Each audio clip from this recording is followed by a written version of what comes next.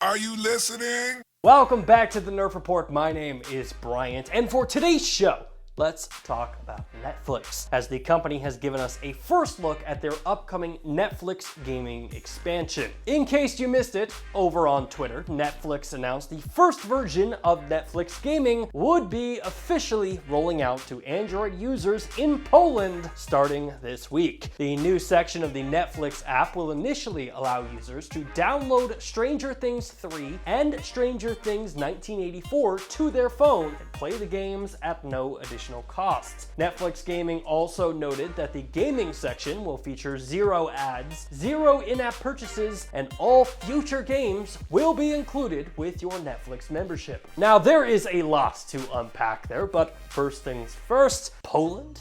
I mean, come on, Netflix.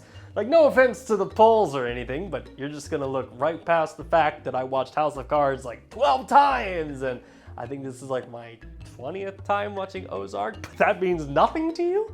How many times has Poland watched Kim's Convenience? Tell me that, Netflix. Now, in all seriousness, the biggest takeaway from this news for me is that games on Netflix Gaming will still require downloads, and the service won't be embracing a true cloud gaming experience yet, which is the complete opposite of what every major publishing outlet believed was going to happen. I mean, when Netflix first announced that they were getting into gaming, this was being billed as the death of Google Stadia and Amazon Luna, Xbox fears Netflix, and yada yada yada. But judging by this first announcement, it really seems like Netflix is kind of just testing the waters here. And I want to go on record saying I fully suspect that Netflix will eventually be a full cloud gaming video game streaming platform as they start to expand into larger video games. I mean, games like Stranger Things 3 are small. They're less than 2 gigabytes in size. But as Netflix expands into games like The Witcher, Resident Evil, or even Assassin's Creed, Netflix isn't going to be able to fit that entire game on a phone, let alone a smart TV that on average has about 10 gigabytes in storage. So cloud gaming is really the answer here. And in my personal opinion, that is definitely where I see Netflix taking this. I mean, we've heard the company say that anything that takes users off the platform is considered a competitor.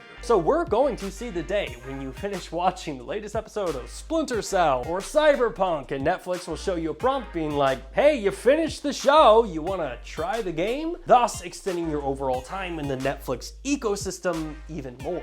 But the other big takeaway that I have from this story is that I really like the interface that Netflix is showing off. Playable games will have their own section in the app, and each game will have its own page featuring a description, a trailer, along with various screenshots. I do have to say though, I do have some fears that the gaming section could fall victim to Netflix's biggest drawback. I mean, currently there is so much content on that platform that I could legit spend an hour just scanning available movies and then get exhausted, and then I just end up watching the same thing that I've watched a million times. With Netflix Gaming, I really hope that Netflix takes the opportunity to elevate certain games and maybe some up-and-coming developers. And the other thing that has me thinking is this is going to be extremely interesting to see how Netflix gets past the whole no cloud gaming rules with the iOS store. And perhaps the requirement to download a game is due to the iOS store's current restrictions. Granted, Netflix Gaming is not available on iOS devices, but I will say this: how crazy would it be if Netflix put cloud games on the iOS store? What would Apple do? I mean, they would obviously ban them, but can you imagine how many people would be so pissed off if Apple removed Netflix from the iOS store?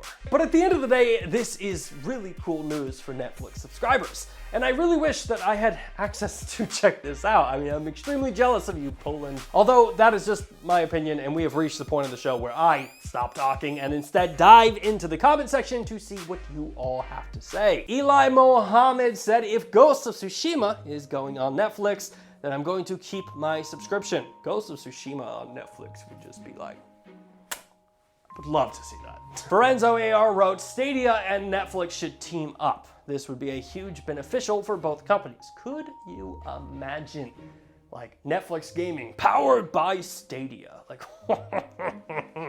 I would be totally in on that alternate universe. And finally, Lee Clark wrote, soon the haters will be saying Netflix gaming is dead. Yes, any new gaming platform is dead on arrival. Now, I really do think, like, there was a brand new report that came out that said like cloud gaming is going to grow exponentially over like the next 3 years. And I think that Netflix is going to be a big part of it. So obviously you're going to have the detractors who are like, cloud gaming will never catch on. But I think for the most part, Xbox, Stadia, Luna, Netflix, those are the 4 that I'm like, ooh, this could get really interesting. Now, if we missed your comment, don't worry. Go ahead and drop it down in the comment section down below, as we are always hanging out down there trying to read what you have to say. Until next time, my name is Bryant, and this has been the Nerf Report. Thanks for watching. Hey, thanks again for checking out our channel. If you like what you saw and you want to see more content just like it, which who wouldn't, hit the subscribe button right there. And while you're down there, hit the like button. Maybe even consider becoming a Nerf Report best friend, just like the people listed down below did.